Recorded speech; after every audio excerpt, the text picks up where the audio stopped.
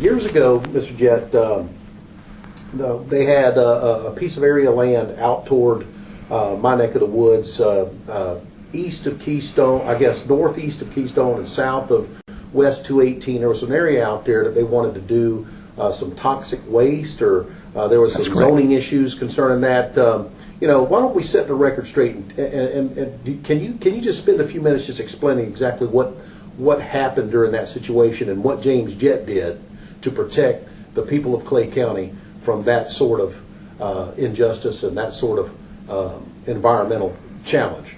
Yes, what happened was a company that wanted to establish a hazardous materials storage facility in Clay County, and they came to us as a county commission, and I was serving as a county commissioner at that time, to get the appropriate zoning, and it was to be located north of Keystone, just over the Floridian Aquifer. And we turned them down for obvious reasons, because a inconsequential spillage or anything of that nature would cause just an insurmountable amount of environmental damage to our water quality. So we turned them down.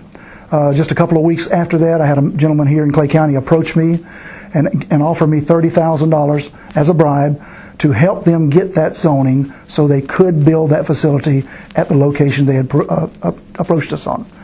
I went to the state attorney's office, wore a body bug, had my phones tapped at their request, met with the subject, and as a result of that, the suspect was arrested, tried, and convicted and sentenced to prison.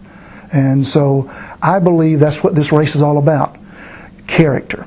I believe that any public servant must have honesty, integrity, and character. And I think that's what's missing in Cliff Stearns.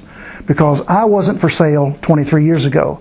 And 3 months ago, when Cliff Stearns tried to buy me out of this race with $25,000 plus promises of all types of great jobs and a great future for me personally, I wasn't for sale then.